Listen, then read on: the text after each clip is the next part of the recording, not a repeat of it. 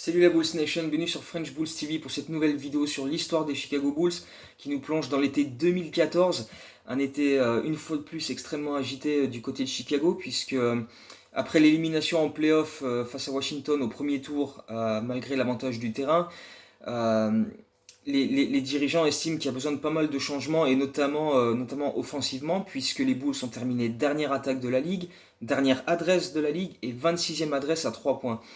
Et c'est en partie pour ça que le soir de la draft, ils ont les pics 16 et 19, mais envoient les deux à Denver pour récupérer le pic 11 et Doug McDermott que les Nuggets venaient de drafter.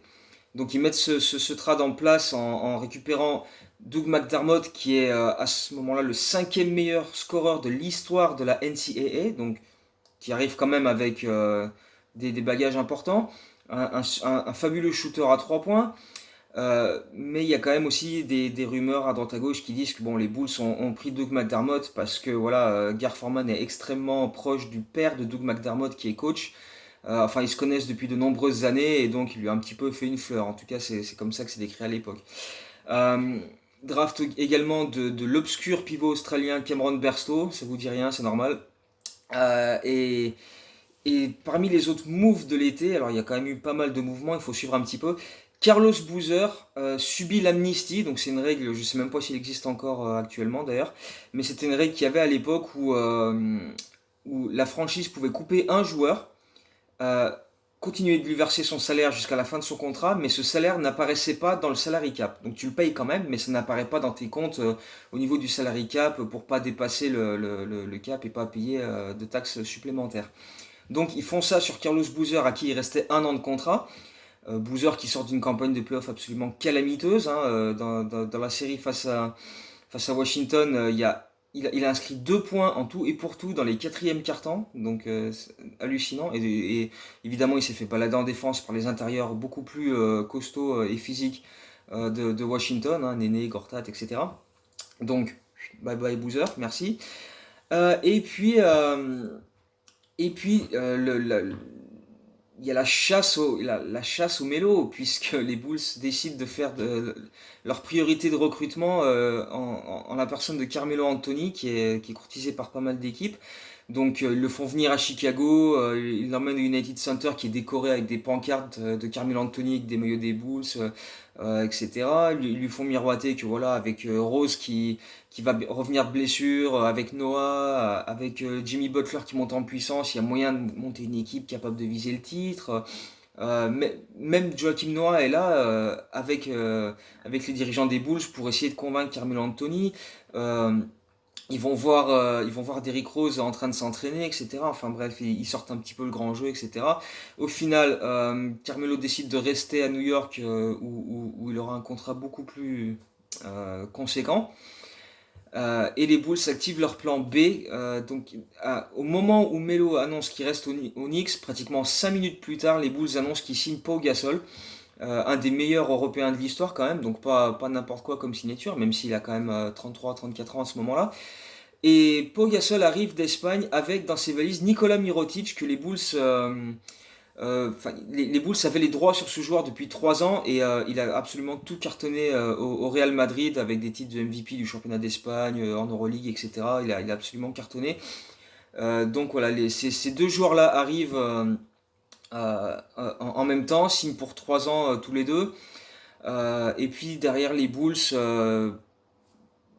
terminent de construire leur effectif avec voilà, des petits contrats parce que voilà, ils n'ont pas trouvé d'accord avec DJ Augustin pour le conserver. DJ Augustin part à Détroit pour 6 millions et 2 ans. Donc pas un contrat faramineux, mais les Bulls ne pouvaient plus lui proposer ça, donc il est parti, un peu comme Nate Robinson la saison d'avant. Mais avec 6 millions, les Bulls font revenir Kirk Henrik, font revenir Nasri Mohamed et signent Etoine Moore et Aaron Brooks. Donc 4 joueurs au lieu de DJ Augustin pour 6 millions. À noter quand même qu'ils ont tenté un trade un petit peu improbable quand même. Ils ont voulu euh, faire venir Kevin Love de Minnesota en échange de Taj Gibson et Tony Snell. Mais Kevin Love, lui, a décidé de signer à Cleveland puisque LeBron James est retourné à Cleveland quelques semaines plus tôt, et donc il rejoint LeBron James là-bas pour essayer de gagner des titres avec lui. Euh, donc voilà, déjà rien que cette intersaison-là était quand même extrêmement chargée. Pendant ce temps-là, Derrick Rose, lui, a participé au camp d'entraînement avec Team USA, où Tom Thibodeau était entraîneur assistant, donc comme ça Tibbs pouvait mesurer au fur et à mesure ses progrès, etc. Et puis il a même finalement récupéré une place dans le roster pour participer au championnat du monde que les USA remportent évidemment. Donc Derrick Rose remporte sa deuxième médaille d'or de champion du monde avec Team USA. Pau Gasol a également participé à ce tournoi, Mirotic également.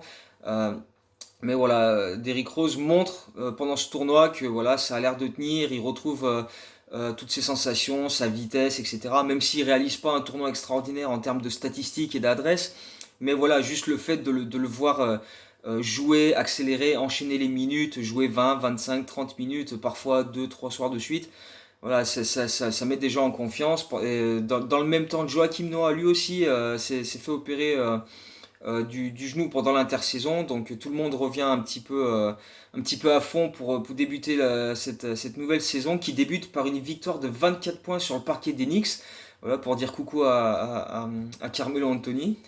Euh, Avant ensuite une défaite pour le premier match à domicile face aux Cavs de LeBron James, donc une défaite en prolongation avant 4 victoires consécutives et puis une fin novembre plutôt en dents de scie au niveau des résultats, parce qu'il y a ce fameux, comme tous les ans, le traditionnel West Road Trip avec tous ces déplacements sur la côte ouest.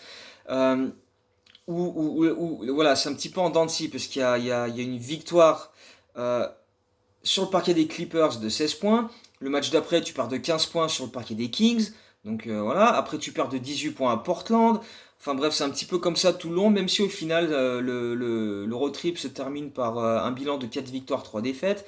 Et un Jimmy Butler qui est absolument monstrueux. Faut savoir que Jimmy Butler, pendant l'été, lui, il a refusé une offre des Bulls de 40 millions sur 4 ans. Et il a dit qu'il voulait parier sur lui-même et sortir une grosse saison pour renégocier l'an prochain avec un contrat beaucoup plus intéressant. Et, euh, et, et il montre qu'il a énormément bossé pendant tout l'été, où il s'est enfermé. Il est allé avec juste un pote dans un endroit un petit peu désert, coupé du monde, pas de téléphone, pas d'internet, pas de télé, rien. Tout ce qu'il faisait, c'était aller à la salle et bosser comme un fou. Et d'entrer dans cette nouvelle saison régulière, il montre qu'il a énormément progressé en signant plusieurs cartons, notamment dans ce road trip à l'ouest où, par exemple, le match à Sacramento, il met 23 points à 11 sur 18 au shoot. Face à Utah, il met 25 points à 8 sur 16. À Brooklyn, 26 points à 7 sur 12. À Denver, il met 32 points, ce qui est son record en carrière qu'il avait déjà établi 2 semaines avant face à Indiana avant le road trip. Euh, donc voilà, et il est même élu joueur de la conférence Est pour le mois de novembre. Donc c'est quand même pas rien comme entrée en matière pour lui. Et les Bulls signent un début très intéressant avec 11 victoires, 6 défaites au moment d'aborder un décembre où les Bulls vont encore plus monter en puissance puisqu'ils vont signer 11 victoires, 4 défaites sur le mois de décembre avec une série de 7 victoires consécutives avant Noël. Et cette fois-ci, c'est Nikola Mirotic qui se met en évidence avec notamment un match à 6 sur 6 à 3 points et 27 points sur, je crois que c'est face à Memphis. Mais voilà, ce match-là, mais d'autres où il montre une énorme adresse, où il est extrêmement... où il surprend tout le monde en fait, parce que comme le scouting n'est pas important sur lui, voilà, il surprend quand il fait des feintes et qu'il part au cercle pour réussir des N1 en force. Il prend beaucoup de rebonds. Voilà, en fait, c'est son jeu de feinte offensivement qui lui ouvre des brèches parce que voilà, pump fake, hop, le mec saute et il part au cercle et derrière les mecs rattrapent les erreurs en faisant des fautes. Donc il a scoré énormément de points comme ça dans son année rookie, mais voilà, dans ce mois de décembre, il est même élu rookie du mois du rookie du mois de décembre à l'Est. Donc là encore, une belle récompense pour lui et pas mal de cartons. Et les Bulls, mine de rien, sont plutôt bien en jambes avec donc Butler qui est extrêmement productif, Mirotic même chose. 3 victoires pour débuter janvier et un bilan de 25 victoires, 10 défaites à ce moment-là. Mais il y a quelques défaites après cette série de 3 victoires qui vont un petit peu mettre en lumière les soucis de l'équipe qui sont notamment sur le plan défensif, ce qui est un petit peu paradoxal pour une équipe coachée par Tibbs, parce que les années précédentes, euh, on voyait beaucoup les équipes de Tibbs être extrêmement combatives en défense, euh, être capable soir après soir d'éteindre les adversaires, et même s'il n'y avait pas beaucoup de génie offensif, on montrait pas grand chose, notre défense était telle que voilà, on arrivait quand même à s'en sortir. Et là c'est un petit peu l'inverse avec Pau Gasol qui est pas un joueur extrêmement porté sur la défense, qui est quand même assez soft, hein, il faut le dire, pas un fabuleux rim protecteur. Joachim Noah qui en plus a du mal à retrouver son rythme après son opération pendant l'été. Ça met un petit peu de temps pour qu'il retrouve toutes ses sensations, et les automatismes entre lui et Pau Gasol sont pas évidents. Mirotic n'est pas un super défenseur non plus, donc ça fait que le secteur intérieur est pas extrêmement protégé. À partage Gibson, il n'y a pas franchement de rim protector et de gars qui est capable voilà, d'empêcher les montées au cercle adverse. Euh, et voilà, les équipes adverses en profitent pour scorer énormément de points à l'intérieur. Euh, donc voilà, dans cette série de défaites, enfin de série de résultats assez inquiétants début janvier, il y a une défaite à domicile contre Utah où ils perdent de 20 points. Euh, il y en a une autre à Washington où ils perdent de 16 points. Il y a un autre match à domicile où Orlando vient inscrire 121 points en shootant à 60% au shoot et en mettant 58 points dans la raquette, donc pratiquement la moitié de leurs points dans la raquette ce soir-là. Donc ça devient assez inquiétant, et les Bulls voilà, commencent à avoir de plus en plus de soirs comme ça où c'est vraiment compliqué sur le plan défensif pour arrêter qui que ce soit. Il y a une autre défaite sur le parquet des Cavs où Derrick Rose après le match dit on continuera à se faire botter le cul tant qu'on ne se jouera pas sur la même longueur d'onde parce qu'on a aucune entente sur le plan défensif. Donc après ce match-là, Tibbs va annuler un entraînement pour plutôt organiser un team meeting où tout le monde met un peu les choses à plat, et ça part un petit peu engueulante avec Tibbs, hein, c'est toujours comme ça que ça se passe. Et les Bulls vont signer quelques victoires par-ci par-là, notamment une belle victoire contre les Spurs à domicile et une à Dallas sur le parquet des Mavs. Mais là aussi, il va y avoir des polémiques dans ce match-là parce que ce match-là est retransmis donc sur une chaîne nationale et commenté par Jeff Van Gundy, qui est un ami très proche de Tom Thibodeau. Les deux se connaissent parce que voilà, Tibbs était assistant de Van Gundy à Houston notamment, mais enfin voilà, ils sont extrêmement proches l'un l'autre. Et, euh, et pendant qu'il commente le match en première mi-temps, Jeff Van Gundy défonce les Bulls à la télé sur une chaîne nationale. Il fracasse la direction des Bulls en disant que voilà, ce que les Bulls, le traitement qui est infligé par la presse à Chicago, et il laisse entendre que les dirigeants laissent un peu couler et font un petit peu ce qu'ils veulent avec la presse à Chicago, en disant que voilà, avant que Tibbs arrive, les Bulls c'était une équipe qui gagnait 50% de matchs par saison, et allait au premier tour des playoffs et pas plus. Tibbs est arrivé, les Bulls ont gagné, et maintenant que ça va un peu moins bien, euh, voilà, il se prend beaucoup de critiques, et les dirigeants ne font pas grand-chose pour calmer un petit peu les critiques que les médias adressent à Thibodeau.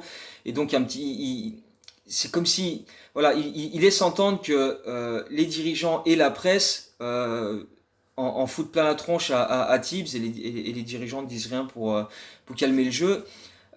Donc il raconte ça pendant la première mi-temps, et Gar Forman est au match. Il est à Dallas pour ce match. Il se déplaçait pour superviser des joueurs pour la prochaine draft, mais il était également à Dallas pour voir ce match-là des Bulls. Et donc on l'informe de ça pendant la première mi-temps. Et à la mi-temps, il va voir Jeff Van Gundy euh, donc pendant la pause pour lui dire ce qu'il en pense, et ça part un petit peu en vrille, les deux s'insultent, ça s'envoie des trucs. Et évidemment, Jeff Van Gundy en deuxième mi-temps, il en remet une couche, tu vois, il en rajoute encore un peu plus en disant je sais pas ce qui s'est passé à la mi-temps, j'ai cru que je me faisais agresser, etc. C'est pas normal, mais à la télé nationale, quoi, c'est gros scandale, quoi. Bref, gros bordel sur ce match-là, que les Bulls donc gagnent quand même à Dallas. Mais voilà, encore une fois, des polémiques dans tous les sens à ce moment-là. Donc le torchon continue de brûler de plus en plus entre Tibbs et la direction, avec en plus les médias qui sont accusés de défoncer l'entraîneur, et les dirigeants qui qui laissent faire et qui sont même bien contents que ça se passe comme ça. Donc bref, encore une ambiance fabuleuse. Pendant ce temps-là, les Bulls continuent malgré tout d'enchaîner quelques résultats intéressants. Derrick Rose signe un super match, mais surtout un game winner fabuleux en prolongation sur le parquet de Golden State en 1 contre 1 face à Klay Thompson. Il lui rentre un jumper sur la tronche dans les dernières secondes pour s'imposer 113-111 à Golden State. Euh, Derrière ça, il y a une victoire de 35 points sur le parquet des Pelicans. Euh, et puis un road trip plus ou moins... enfin, à part cette grosse victoire chez les Pelicans et la victoire avant aux Warriors, il y a quand même quelques défaites assez conséquentes sur ce road trip. Mais malgré tout, les Bulls atteignent la coupure All-Star avec un bilan plus qu'intéressant de 34 victoires et 20 défaites. Même si la plupart des défaites sont arrivées sur les semaines précédentes la coupure, où il y a eu quand même Jimmy Butler qui est All-Star pour la première fois de sa carrière, et Paul Gasol All-Star également, et même titulaire pour la conférence Est. Après cette coupure, il y a une défaite sur le parquet de Détroit et une série de 7 matchs à domicile qui va être extrêmement mouvementée, puisque dès le deuxième match de cette série, une bonne victoire, une large victoire face à Milwaukee. Au lendemain de ce match, Derrick Rose ressent une douleur au genou droit. Celui qui s'est fait opérer la saison d'avant à Portland et qui lui a fait manquer la grosse majorité de la saison. Et en fait, il a une petite déchirure au ménisque qui nécessite une nouvelle opération au genou. Donc la troisième opération au genou pour Derrick Rose en l'espace de 2 ans et demi. Mais bon, celle-ci est moins grave que les autres. Et son temps d'absence est estimé à 4-6 semaines, ce qui fait qu'il pourrait revenir juste avant ou pour les playoffs. Donc les Bulls gardent quand même un certain espoir et en son absence essayent de faire ce qu'ils peuvent. Ce qui est quand même pas évident parce qu'il y a également Butler qui va louper plusieurs matchs, il y a Taj Gibson qui va louper plusieurs semaines aussi pour une grosse blessure. Euh, mais ça permet quand même à des joueurs comme Etwan Moore de sortir un petit peu du banc et se montrer un petit peu. Il va notamment réussir un 3 points crucial face à OKC pour une bonne victoire. Euh, Aaron Brooks aussi, qui était quand même quatrième meneur de la rotation, mais qui se montre extrêmement productif quand on lui file du temps de jeu en l'absence de Rose. Euh, Jimmy Butler, quand il n'est pas blessé, est extrêmement productif. Paul Gasol fait son taf, même si défensivement c'est pas ça. Et puis Mirotic va signer une fin de saison absolument hallucinante. Euh, il va cartonner, il va absolument cartonner tout le monde. C'est 29,9 rebonds contre les Clippers, 23,8 rebonds contre Washington, 2 fois contre OKC, 26 et 27 points, 28,9 rebonds contre Indiana, 29,11 rebonds, 4 contre Toronto, 28,8 rebonds contre Charlotte, 24 points contre les Knicks, et voilà, dans ces matchs-là, pas mal de victoires et des paniers décisifs, au point que Mirotic, depuis la coupure All-Star, est le joueur qui inscrit le plus de points dans les quatrièmes quart-temps de toute la ligue. Donc c'est quand même pas rien. Il prend feu absolu, complet sur la fin de saison. Il enchaîne les cartons à plus de 20-25 points sur toutes les équipes et aide les Bulls à gagner quelques matchs en l'absence donc de Butler, de Gibson, de Rose, qui reviennent pour les derniers matchs de saison régulière. Derrick Rose revient lors d'un déplacement à Orlando où les Bulls avaient 12 points d'avance au milieu du quatrième quart-temps et s'inclinent sur un lay-up au buzzer d'Oladipo sur un énorme oubli défensif. Oladipo est tout seul et va au buzzer mettre un lay-up. Donc les Bulls perdent ce match-là et Pau Gasol après ce match en conférence de presse après ce match va dire j'ai l'impression qu'on croit qu'il y a un bouton magique sur lequel on va appuyer au moment des playoffs et tous nos problèmes vont se régler d'un coup, alors qu'on ferait mieux de prendre conscience que c'est pas comme ça que ça se passe et qu'il faut qu'on soit là tous les soirs et que on peut pas juste se pointer à la salle en se disant allez c'est les playoffs, boum et par magie tout s'arrange, tous nos problèmes disparaissent et on est au fond. C'est pas comme ça, il faut qu'on montre tous les soirs qu'on est une grande équipe et c'est pas ce que je vois en ce moment. Derrière ça, il reste 4 matchs de saison régulière. Les Bulls gagnent ces 4 matchs-là pour atteindre les 50 victoires, ce qui est quand même hallucinant quand ils repensent d'avoir gagné 50 matchs cette saison-là et terminé troisième de la conférence Est avec autant de soucis défensifs, d'ambiance, avec toutes ces critiques envers Tibbs tout au long de la saison, avec ces joueurs qui sont usés, qui n'en peuvent plus, qui ont du mal à enchaîner parce qu'il est tellement exigeant envers eux, et voilà, avec les blessures que ça engendre, et tous ces problèmes-là, de voir les Bulls troisième à l'Est avec 50 victoires, c'est quand même assez hallucinant. Mais il y a quand même beaucoup de positifs. La saison de Mirotic est extrêmement positive. Jimmy Butler est élu Most Improved Player, donc le joueur qui a le plus progressé d'une saison à l'autre. Donc lui, il va pouvoir négocier son contrat la saison suivante, ça va pas être triste. Mais voilà, il est devenu le leader offensif de l'équipe. Il tourne à 20 points, il prend plus de 5 rebonds, il tourne à pratiquement 50% au shoot. Euh, il était déjà un spécialiste défensif, mais avec l'énorme boulot qu'il a accompli l'été précédent, et sa progression au fil des années, il est devenu un All-Star, il est devenu le Most Improved Player, et il tourne à 20 points par match, et c'est le leader offensif de l'équipe, le joueur par qui beaucoup de choses arrivent. Donc voilà, il y a quand même énormément de positifs à retenir de la fin de saison, et de ce retour en playoff pour les Bulls qui ont l'avantage du terrain face à une jeune équipe de Milwaukee. Et mine de rien, c'est les premiers playoffs pour Derrick Rose depuis sa blessure contre Philadelphie. Donc il y a eu quand même énormément de choses qui se sont passées d'ici là. Et donc Rose est revenu après sa petite opération au genou avec 5 matchs de saison régulière pour retrouver un peu de rythme, et il montre contre Milwaukee qu'il a faim. Il a vraiment. euh, voilà, c'est ses premiers playoffs depuis sa première blessure au genou, et il est à fond, il est acharné. Il attaque le cercle dès le premier match contre Milwaukee. Au United Center, c'est des attaques du cercle en permanence, c'est des drives, c'est des provocations, c'est des paniers en déséquilibre, des lay-ups, voilà, en allant provoquer constamment.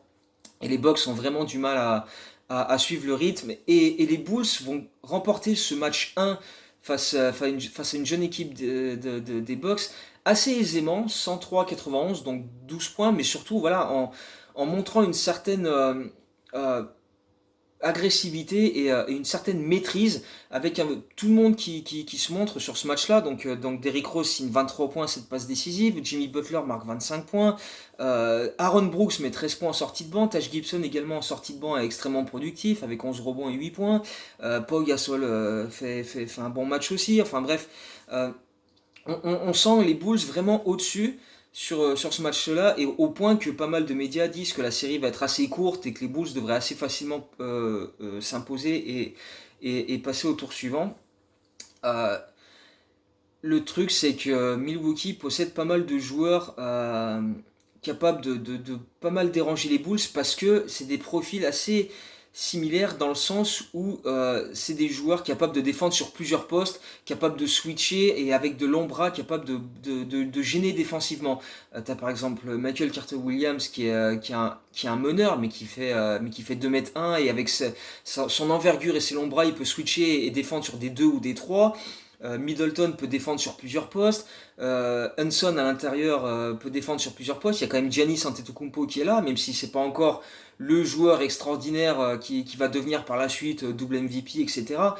C'est à ce moment-là encore un très jeune joueur, mais défensivement, avec ses longs bras, son envergure, il est très solide défensivement. Et au match 2, même si les Bulls continuent d'être devant, on sent quand même que les Bucks arrivent à être un peu plus gêner les Bulls, à les faire galérer un peu plus. Donc le match 2 par exemple, Derrick Rose débute par 0 sur 7 à 3 points en première mi-temps, 0 sur 7 au shoot en première mi-temps, mais voilà, il arrive quand même à trouver des solutions, et à donner 6 passes décisives dans cette première mi-temps. Il en aura 9 en tout.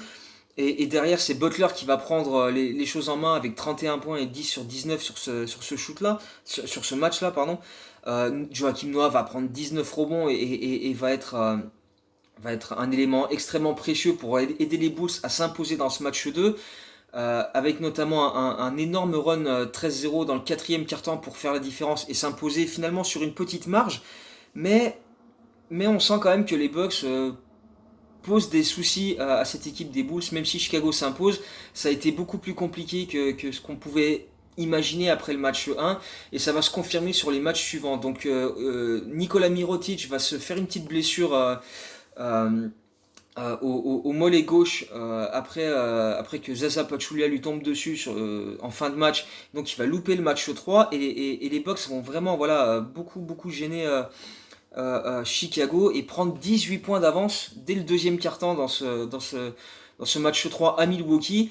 Chicago va revenir notamment grâce à une adresse assez improbable à 3 points sur tout le match. Derrick Rose va faire 5 sur 9 à 3 points, ce qui est quand même pas franchement sa spécialité. Don Levy va faire 4 sur 6 à 3 points sur ce match-là. Et l'improbable Tony Snell qui sort de nulle part, qui va nous mettre 4 sur 8 à 3 points sur ce match 3 pour aider les Bulls à revenir dans ce match, repasser devant et s'offrir une fin de match serrée et tendue malgré tout. Parce que bon, Milwaukee, comme on l'a dit, avec tous les switches en permanence et des joueurs extrêmement malléables, ils sont capables de proposer beaucoup de problèmes défensifs au niveau des match-ups à Chicago. La fin de match est quand même extrêmement serrée. Euh, les Bulls se retrouvent avec un point d'avance grâce enfin un point de retard, non, parce que Middleton inscrit 8 points de suite pour ramener les siens dans le match et Derrick Rose obtient 2 lancers, il en rate un et il met le deuxième pour égaliser à, à, à 95 partout. Middleton loupe le shoot au buzzer et le match va en prolongation. Dans cette prolongation, c'est OJ Mayo qui a l'occasion de faire gagner les Bucks au buzzer, mais lui aussi va louper son shoot qui va être beaucoup trop court et bien défendu par Derrick Rose pour le coup. Euh, et puis ensuite, les Bulls, en deuxième prolongation, se disent bon allez, cette fois il y en a marre, et vont débuter par 8-0 qui va faire la différence et permettre aux Bulls de s'imposer une troisième fois dans la série et mener 3-0. Mais plus les matchs passent et plus Milwaukee pose des soucis à Chicago et plus les matchs sont serrés et compliqués. Si bien qu'au match 4, cette fois-ci, ça va finir par passer pour les Bucks, mais encore une fois de manière extrêmement ric-rac, parce que c'est dans les toutes dernières secondes que ça se joue, euh, avec Derrick Rose qui va avoir un gros oubli défensif, mais aussi une perte de balle un petit peu coupable juste avant ça. Parce que donc on se retrouve les Bulls sont à moins 6 à 1 minute 10 de la fin. Derrick Rose rentre un panier à 3 points. Sur l'action suivante, il pénètre et trouve Pau Gasol qui réussit un end-one, donc qui égalise à ce moment-là. Puis sur l'attaque suivante, Derrick Rose perd la balle. Et derrière, ça donne une occasion à Milwaukee d'avoir le dernier shoot. Il reste 1,3 secondes au chrono. Et Derrick Rose va totalement oublier son assignement défensif sur Jared Dudley. Et pas Jared Dudley, c'était pas Jared Dudley, c'était Bayless. C'était Bayless. Et qui se retrouve tout seul sous le cercle.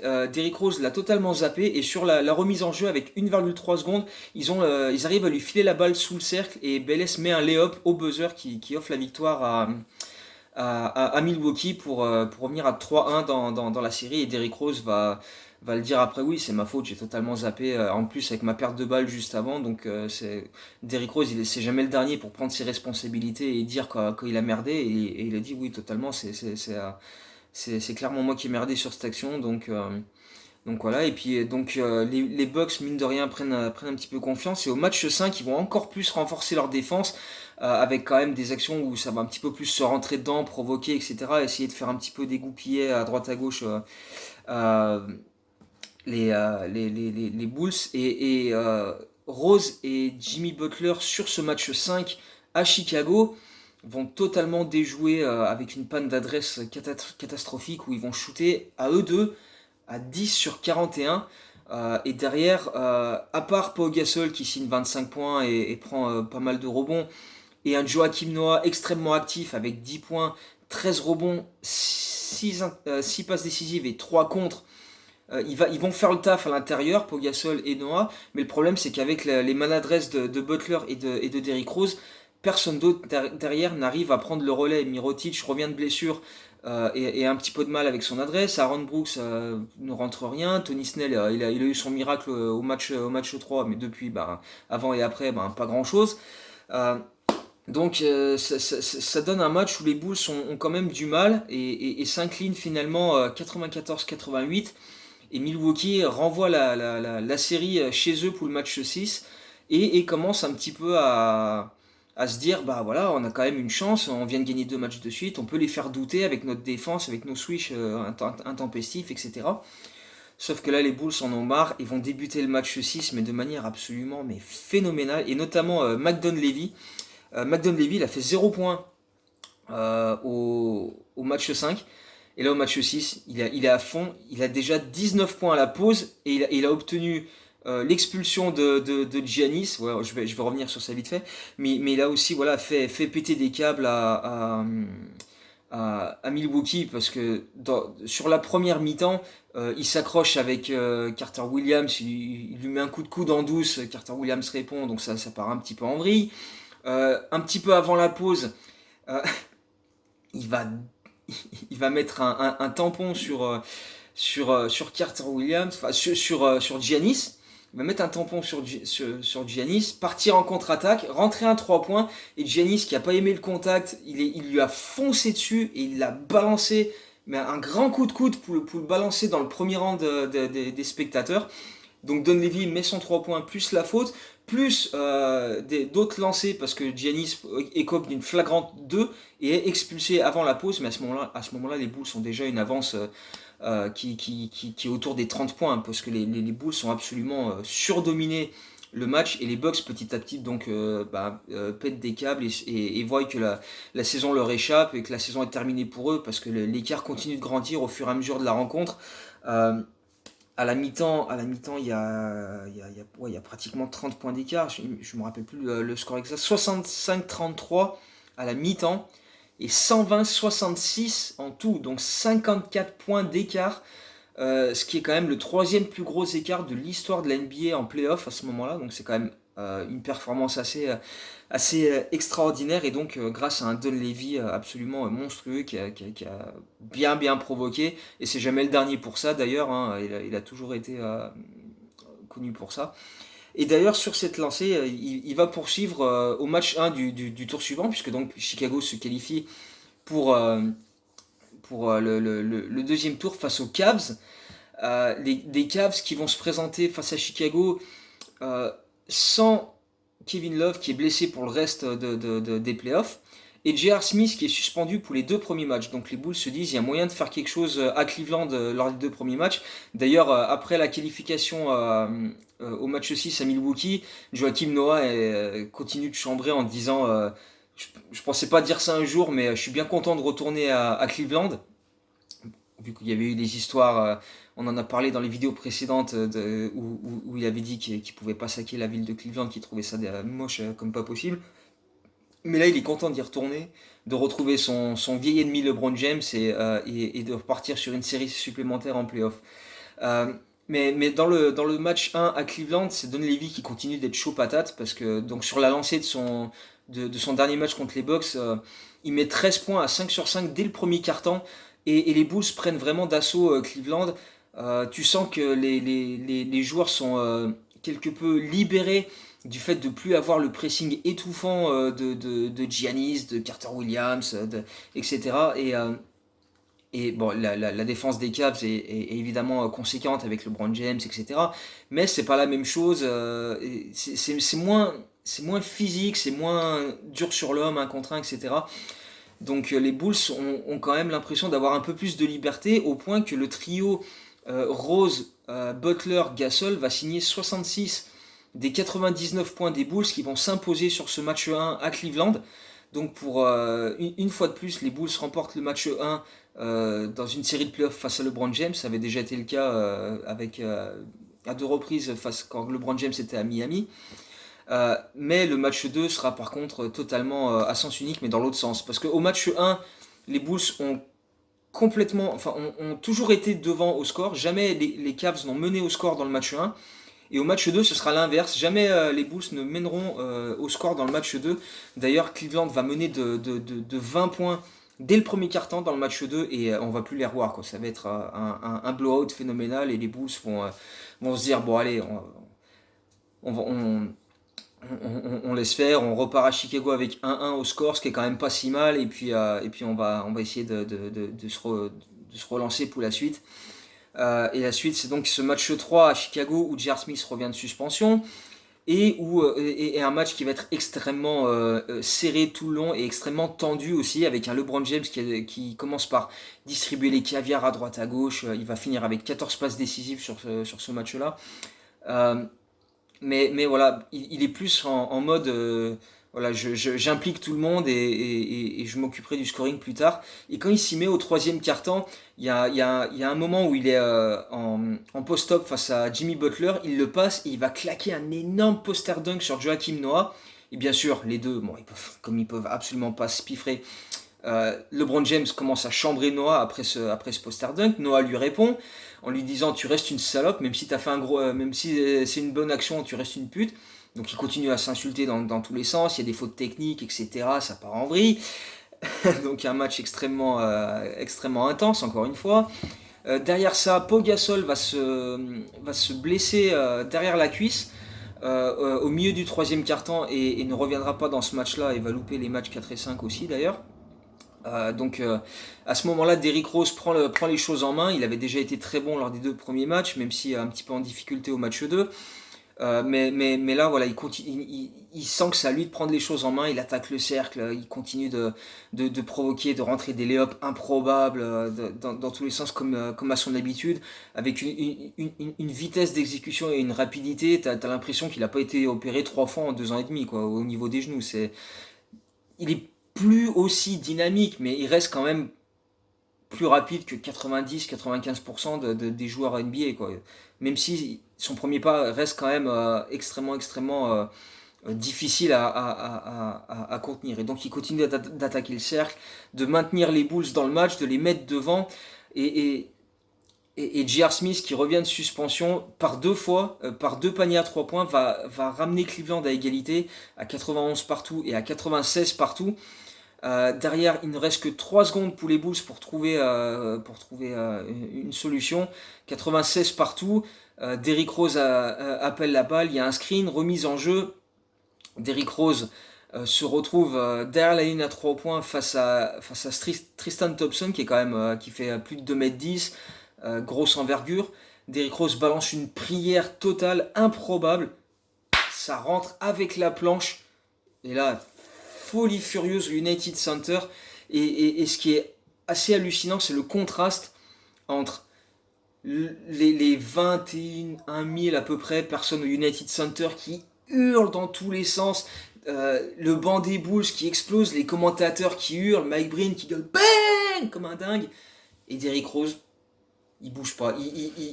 Il se jette dans les bras de Noah, mais il a pas la moindre expression sur le visage, pas un sourire, il gueule même pas, il est comme ça. Il reste stoïque, il observe, et pendant que les 21 000 et quelques personnes autour, dans une folie furieuse, avec les Bulls qui mènent 2-1 dans cette série improbable, avec un buzzer beater, mais totalement hallucinant euh, de Rose. Mais voilà, Rose a fait ça en réponse un petit peu aux critiques qu'il a continué à subir tout au long de la saison en disant, bon voilà, euh, comme il n'était pas revenu la première année après sa blessure, les gens commençaient à douter du fait qu'il était vraiment impliqué, qu'il était vraiment à fond, donc il continuait quand même à prendre quelques critiques, même en jouant et en faisant une super saison, il continuait à prendre des critiques à droite à gauche, c'était moins marqué que les années d'avant, mais il continuait à en prendre et donc il a fait ce geste-là pour dire un petit peu, voilà, je suis là, profitez-en pendant que je suis là et arrêtez de critiquer, quoi. Et donc les Bulls mènent 2-1 dans cette série. On est à ce moment-là le 8 mai 2015, notez cette date parce qu'au jour d'aujourd'hui, on est le 20 octobre 2020, c'est la dernière victoire des Bulls à domicile en playoff.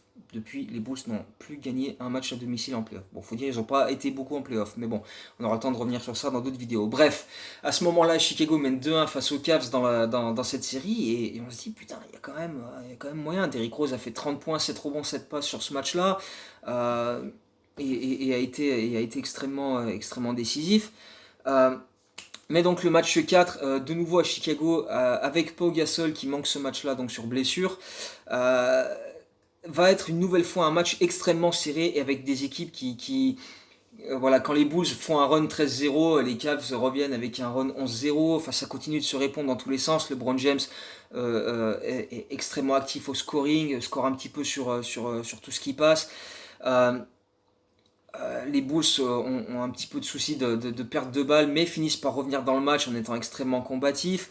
Il y a 5 points de retard à 30 secondes de la fin, mais Jimmy Butler va rentrer un 3 points précieux avant que Mike Dunleavy ne vienne aider à faire une prise à deux sur LeBron James. Et LeBron James, tu vois, en poussant le ballon comme ça, il met un coup de coude à Dunleavy, donc il faut siffler une faute offensive. Et derrière, Derrick Rose, sur la possession que les Bulls récupèrent, va mettre un lay-up et égalise à ce moment-là. Et il reste 8 secondes et Cleveland n'a plus de temps mort. Donc Cleveland fait la remise en jeu, balle à LeBron James qui attaque le cercle vite vite, mais il perd un peu le contrôle de la balle, il est pas mal gêné sur sa montée au cercle aussi, il y a une bonne défense, et la balle sort en touche, et euh, les arbitres vont vérifier à la vidéo à qui est cette dernière remise en jeu, quoi. À ce moment-là, il reste à peine une seconde au chrono.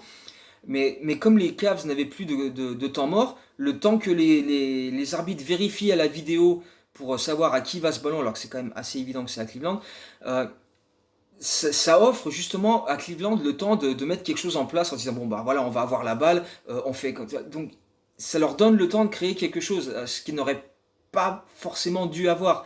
Et donc, remise en jeu, il y a un écran pour libérer LeBron James, ligne de fond, qui met un panier au buzzer et qui rentre donc le panier de la victoire pour permettre aux Cavs de s'imposer sur ce match-là, 86-84 de mémoire, et égaliser dans la série avec un LeBron James donc phénoménal.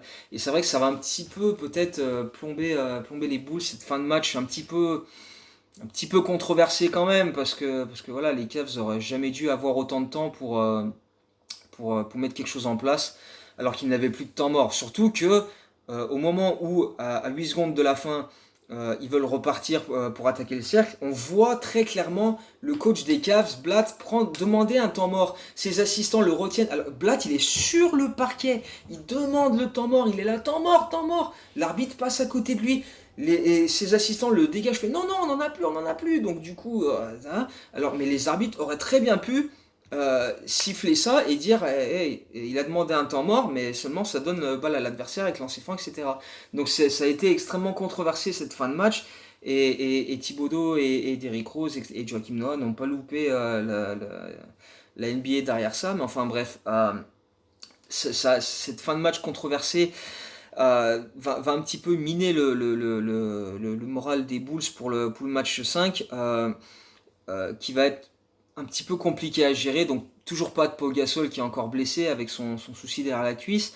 Les Bulls vont mener de 10 points au milieu du premier quart-temps, mais derrière ça, ça va être un peu plus presque à sens unique pour les Cavs qui vont vraiment avec un Kyrie Irving un petit peu diminué par un souci à la cheville mais qui est quand même extrêmement important pour cette équipe, avec les rebonds de Mozgov et de Thompson, avec J.R. Smith qui plante toujours des 3 points par-ci par-là, et puis un LeBron James absolument phénoménal qui va mettre une énorme bâche à Derrick Rose en fin de match alors que Rose partait en lay-up pour égaliser à 101 partout avec 40 secondes à jouer.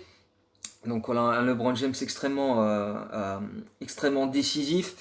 Euh, y a eu aussi des altercations avec Taj Gibson qui est expulsé parce que Della Vedova est au sol et avec ses deux jambes, il bloque la jambe de Gibson. Donc Gibson trébuche, il met un coup de latte à Della Vedova et c'est lui qui se fait expulser.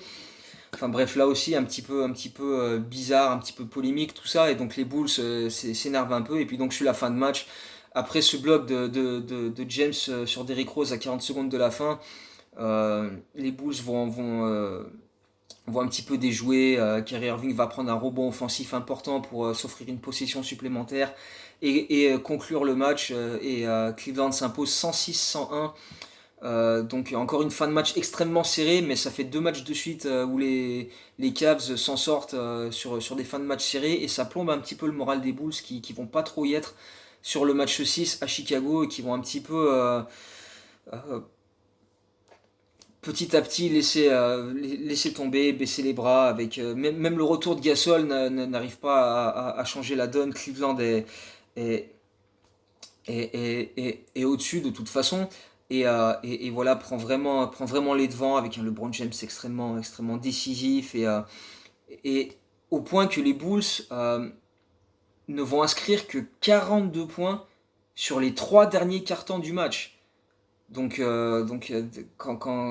on est là, c'est que voilà, il y a plus grand chose à espérer. Les Cavs vont s'imposer de 21 points sur ce match 6, se qualifier pour les finales de conférence, et puis aller chercher, aller en finale derrière face à Golden State.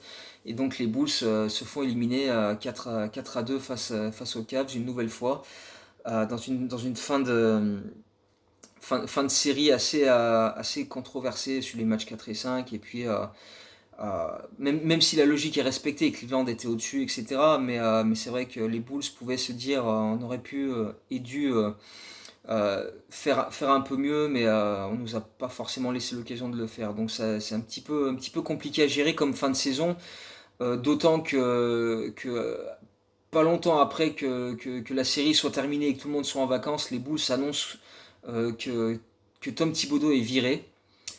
Euh, Parce que voilà, le courant ne passait plus, parce que les joueurs, le courant ne passait plus entre les dirigeants et Tibbs, donc ça faisait déjà bien longtemps que c'était le cas.